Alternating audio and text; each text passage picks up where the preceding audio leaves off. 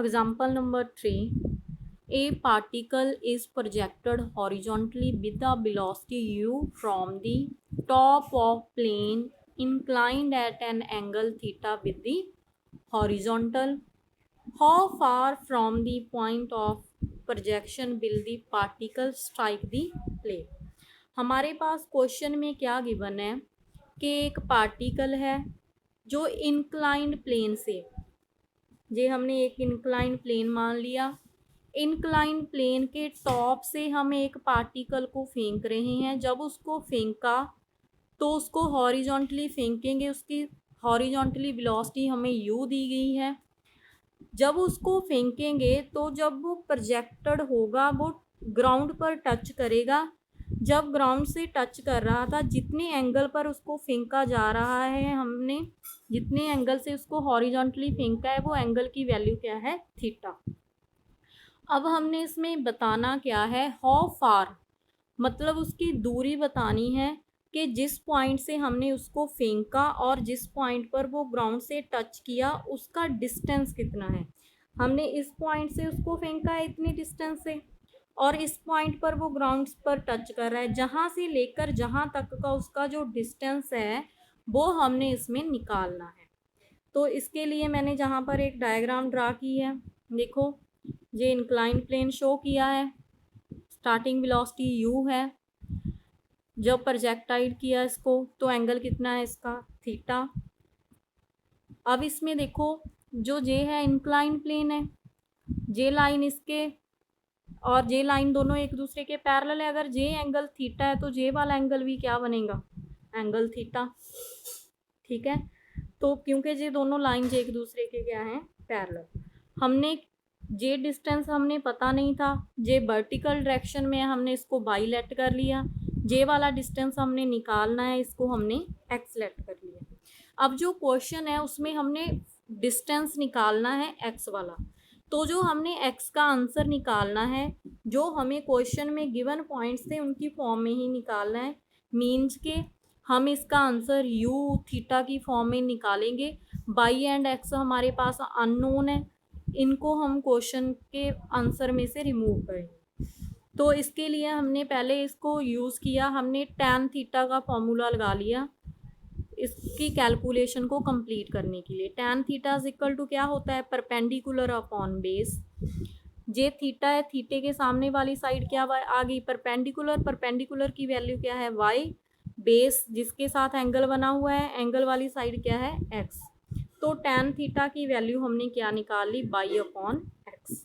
इसमें से बाई की वैल्यू निकालेंगे, एक्स इसके साथ मल्टीप्लाई हो जाएगा तो क्या आ जाएगा, x tan theta.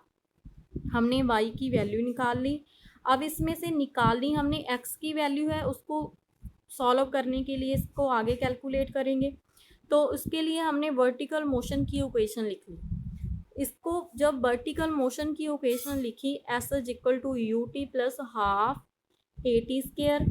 S displacement होती है, उसको एच से रिप्लेस कर दिया। एक्सेलरेशन ड्यू टू ग्रेविटी होता है इसलिए जी से रिप्लेस कर दिया।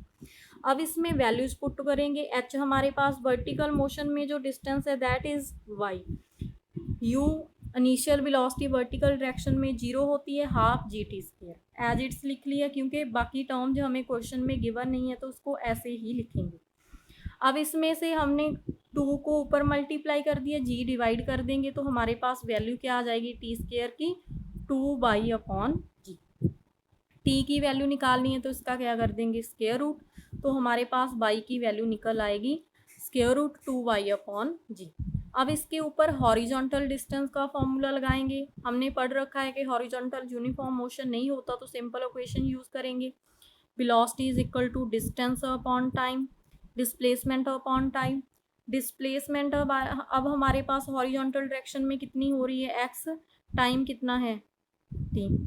Velocity is equal to distance upon time.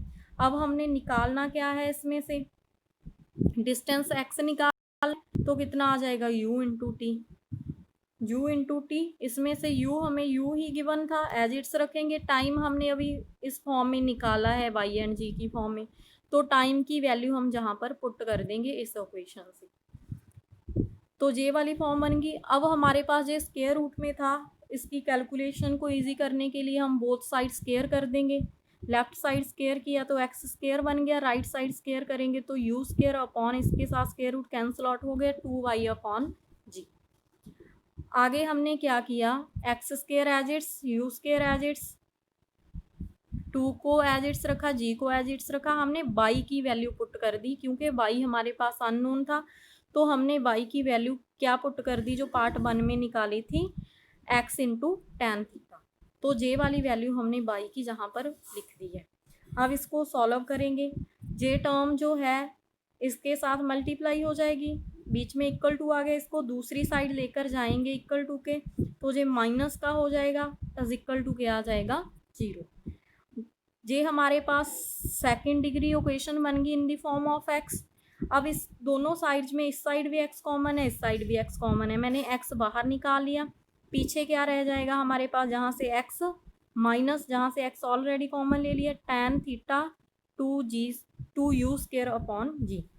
तो हमारे पास ये टर्म बची है, इसको ऐसे रख सकते हैं, x इज इक्वल टू 0 और इस टर्म को भी इज इक्वल टू 0, क्योंकि जो इक्वल टू 0 है, x 0 आ गया। अब 0 तो है नहीं, वो क्लियरली डायग्राम से नज़र आ रहा है कि जो हमने बॉल को फेंका, जहाँ से ऑब्जेक्ट को फेंका जहाँ तक आकर गिर रहा है, जे कोई ना कोई डिस्टेंस तो कवर कर रहा है, x की कोई ना कोई वैल्यू होगी, बट जहाँ पर 0 आ रही है, 0 तो हो नहीं सकती अकॉर्डिंग टू डायग्राम, तो हमने इसको कैंसिल आउट कर दिया।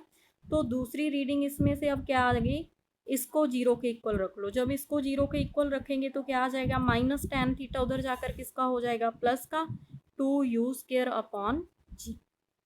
देखो हमारे पास क्वेश्चन में जो दिया हुआ था, एक थीटा दिया था, थीटा की फॉर्म में आंसर आ गया, इनिशियल वेलोसिटी u दी थी, u की फॉर्म में आ गया, जी ग्रेविटी होती है, इसकी वैल्यू फिक्स होती है, जी की फॉर्म में हमने आंसर निकाल दिया।